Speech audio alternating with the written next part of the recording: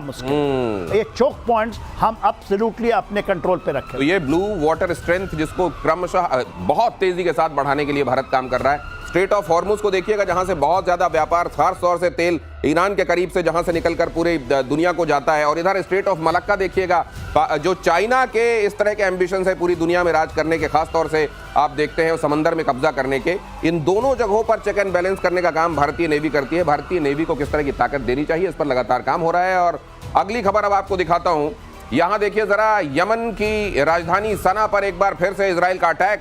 Air strike में Yemen के 2 बिजली प्रोजेक्ट, 1 गैस स्टेशन तबाह। हूती विद्रोहियों की तरफ से हमले के जवाब में अटैक हुआ है।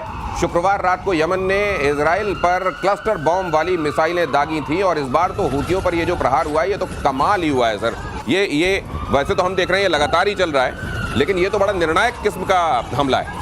देखिए, हूतीज़ ने जो अटैक किया, ये हूतीज़ थोड़ा शांत थे, जबकि उनको जिस प्रकार से इजराइल ने हिजबुल्ला और हमास और हूती तीनों को एक साथ धुलाई की अच्छी तरह से, और लगभग सफाया सा हो गया था। लेकिन ईरान में थोड़ा, जब से पिछले 25-30 दिन से जब शांति थोड़ी आई, उन्होंने सपोर्ट करना दोबारा शुरू किया। जब क्लस्टर बॉम्ब से अटैक किया गया तो निश्चित रूप से इसका प्रत्युत्तर आना था, और इजराइल ने फिर उसके बाद इनको जो है अच्छा सबक सिखाया कि आप जो है अपनी सीमा में रहें। और जिस प्रकार से वहाँ पर अभी समय का थोड़ा सा तेजी से बदल रहे हैं। इस बात से मैं हैरान हूं कि उस समय लगातार इजराइल अपने मतलब ईरान के प्रॉक्सीज पर भी हमला कर रहा था, ईरान पर भी हमला कर रहा था।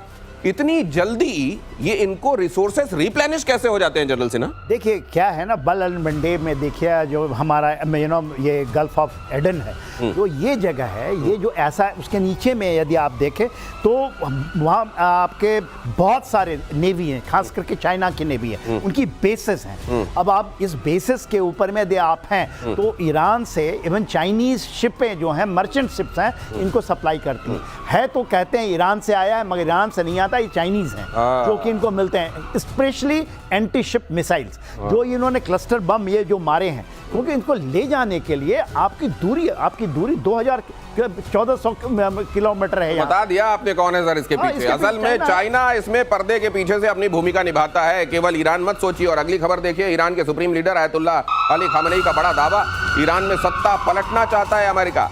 इजराइल के हमले के एक दिन बाद ही अमेरिकी एजेंट की यूरोप में सीक्रेट मीटिंग हुई थी। अमेरिका की ईरान में अशांति फैलाने की कोशिश, सत्ता परिवर्तन चाहता है।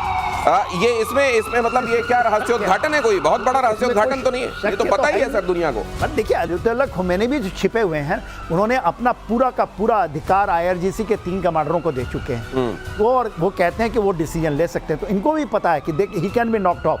देखिए, केवल ये जिंदा है इसलिए कि रशिया ने वीटो पावर लगा दिया है कि यदि आपने कुछ कर दिया है इनको, तो इसीलिए ये जिंदा है। और देखिए, वहाँ पर भी लोग जिस तरह से अमेरिका ने किया, जैसे इजराइल किया, वहाँ पर नेशनलिज्म जागा है। जो 12 दिन की लड़ाई हुई, अदरवाइज इनकी सत्ता पलटल ऐसे हो जाती यदि नहीं करते। नहीं, वैसे ये लगा ऑपरेशन राइजिंग लाइन के समय कि इजराइल और अमेरिका दोनों एक पेज पे थे सत्ता परिवर्तन को लेकर। लेकिन बाद के दिनों में जब ये जो आखिरी केस के दिन थे राइजिंग लाइन के, जब ये समाप्त हो रहा था, ऐसा लगा कि शायद इसमें कुछ दोनों की तरफ मतांतर आ रहा है। शायद ये अमेरिका नहीं चाह रहा है कि वहां सत्ता परिवर्तन हो, और इधर खामेनी कह रहे हैं कि सत्ता परिवर्तन अमेरिका चाहता है। देखिए, बहुत ही वोकल था अमेरिका कि हम कर रहे हैं, लेकिन बाद में जो खबरें आई कि ईरान में जो लोग हैं वहां वो भी चाहते हैं कि सत्ता परिवर्तन हो, क्योंकि वो देख रहे थे पूरी लाइफ उनकी डिस्टर्ब है, उनका व्यापार गड़बड़ हो रहा है, व्यापारी वर्ग वो भी मतलब बहुत ज्यादा उनको अंदरूनी रूप से ये खबरें मिल रही थी कि इनको हटाया जाए ताकि शांति हो। हम लड़के बहुत उब गए। पहले अमेरिका ये सेंस कर रहा था कि क्या अलोकप्रिय है खामेनी और इनको हटाने से क्या वहां के लोग खुश होंगे, लेकिन बाद में उन्होंने सेंस किया कि वहां की जनता ही अभी नहीं चाह रही है कि ऐसा हो, और इसलिए उन्होंने खुद को डिस्टेंड करना शुरू किया। शायद आप ये कह रहे हैं। अगली खबर में दिखाता हूं, ईरान के रक्षा मंत्री अजीज नासिरजादेह का खुलासा। ईरान ने कुछ देशों में हथियार फैक्ट्री बनाई है। 12 की जगह 15 दिन जंग चलती तो मिसाइलें रोक नहीं पाता इजराइल। कहा कासिम बसीर ने, मिसाइल चलती तो इजराइल तबाह हो जाता। इजराइल ने अमेरिका की मध्यस्थता से युद्ध विराम की मांग की। अब ये देखिए, ये वन अपमैनशिप मुझे लग रहा है, ये जो होना था वो पूरी दुनिया ने देखा।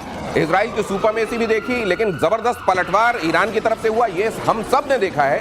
लेकिन अब ये क्या सिर्फ बयान है या वाकई इसमें कुछ सब्सटेंस है, ये जरा एक्सपर्ट बताएं सर प्लीज। देखिए, आपको भी पता है कि 12 दिन की लड़ाई हुई थी, जो operation rising lion, in between midnight hammer भी अमेरिका घुस गया। ये कहते हैं 3 दिन और होता तो हम बर्बाद कर देते। लास्ट 2 डेज जो मेन इनका आया था, रिट्रीब्यूशन जो हुआ था, इन्होंने मिसाइल से किया था, उनके तल अबीब में किया और तल में बेन गुरियन एयरक्राफ्ट जो उनका एयरपोर्ट है उसके अंदर। मगर जो क्षति जो पोस्ट डैमेज एनालिसिस से कुछ नहीं ज्यादा हुआ था। हाँ, इन्होंने भेद तो जरूर दिया था इनके 4 लेयर डिफेंसेस को, मगर ये कहना कि 3 दिन के अंदर हम पूरे नस्ताभूत कर देते, आई थिंक ये सपना देख रहे हैं। केवल मात्र आपको पूरा, आप तो जानते ही हैं 450 किलोमीटर का एक देश है और 150। क्या सर ये साइऑप्स के अलावा, मतलब इजराइल पर एक मनोवैज्ञानिक दबाव बनाने के अलावा, क्या अपने वो देश जो इनको चोरे छुपे या प्रत्यक्ष रूप से मदद दे रहे हैं, उनको भी ये संदेश देने की कोशिश होती है क्या कि हम सुपरमेसी में पीछे नहीं, हमारी मदद से पीछे मत हटना? क्या ये भी है पांडे सर? देखिए, ये एक कुछ हद तक कहा जा सकता है, लेकिन महत्वपूर्ण बात ये है कि ये मतलब कुल मिलाकर लबल आप कहें तो ये लकीर पर वो अपना डंडा मारना। हाँ, जब सांप निकल गया तो लकीर पीटने का फायदा क्या? अगली खबर देखिए, नेतन्याहू का गाजा पर टोटल कंट्रोल का आदेश। इजराइल ने गाजा पर हमले तेज किए। इजरायली हमले में 63 लोगों की मौत।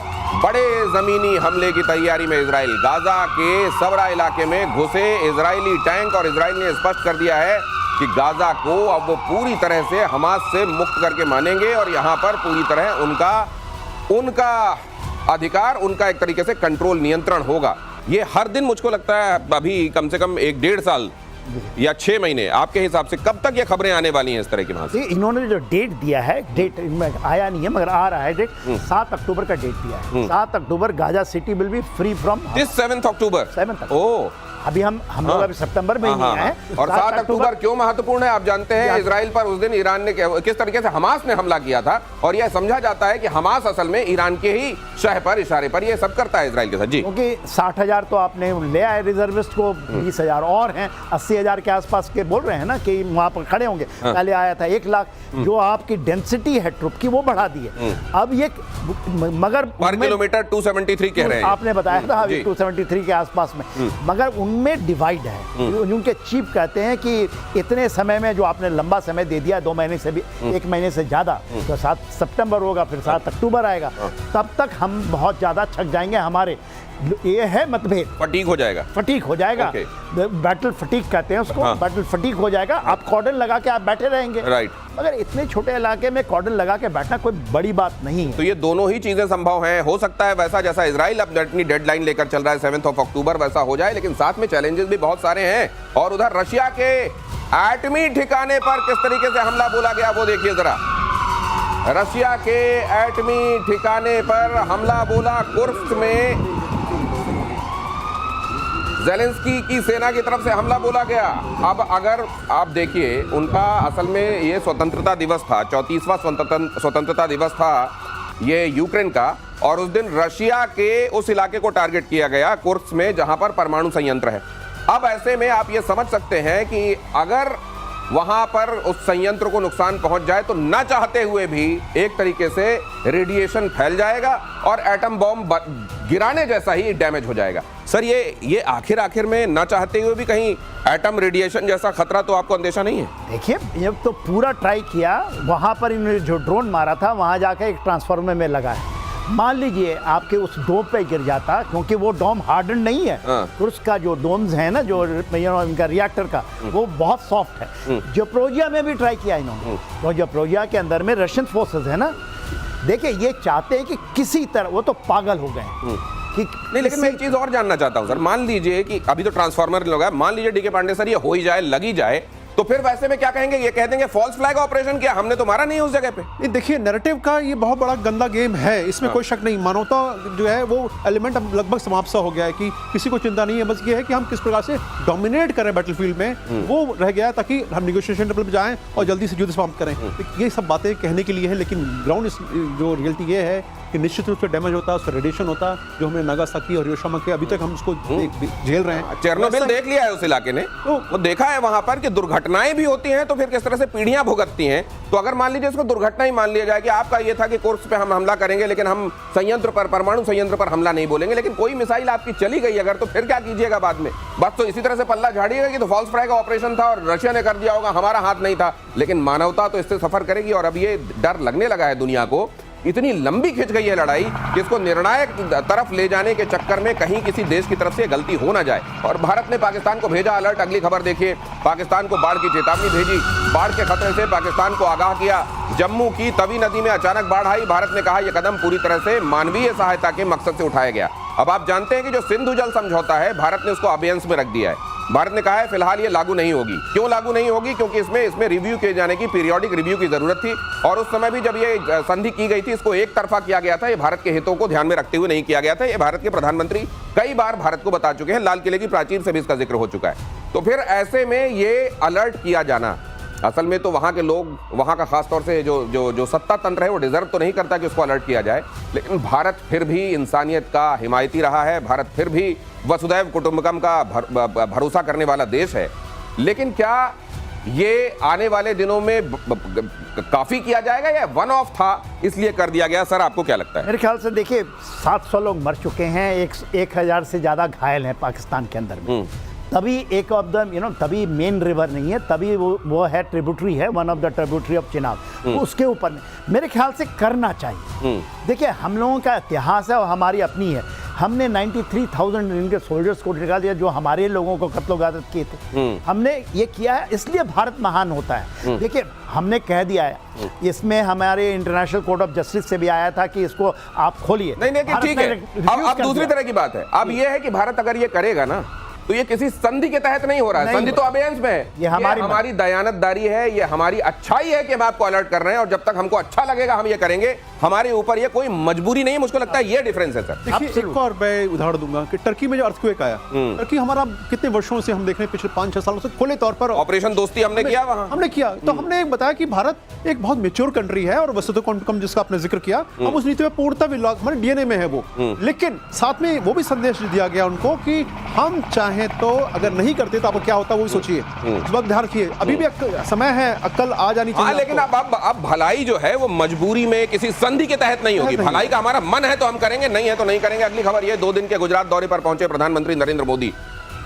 वो पूरी खबर मैं आपको बताने वाला हूं आगे कि वहां क्या क्या मिलने वाला है गुजरात को। मैं इसलिए पहले से टीज कर रहा हूं, कहीं जाइएगा मत। प्रतिशोध फिलहाल समाप्त हो रहा है, खबरों का सिलसिला समाप्त नहीं हो रहा है। बहुत धन्यवाद sir, thank you so much.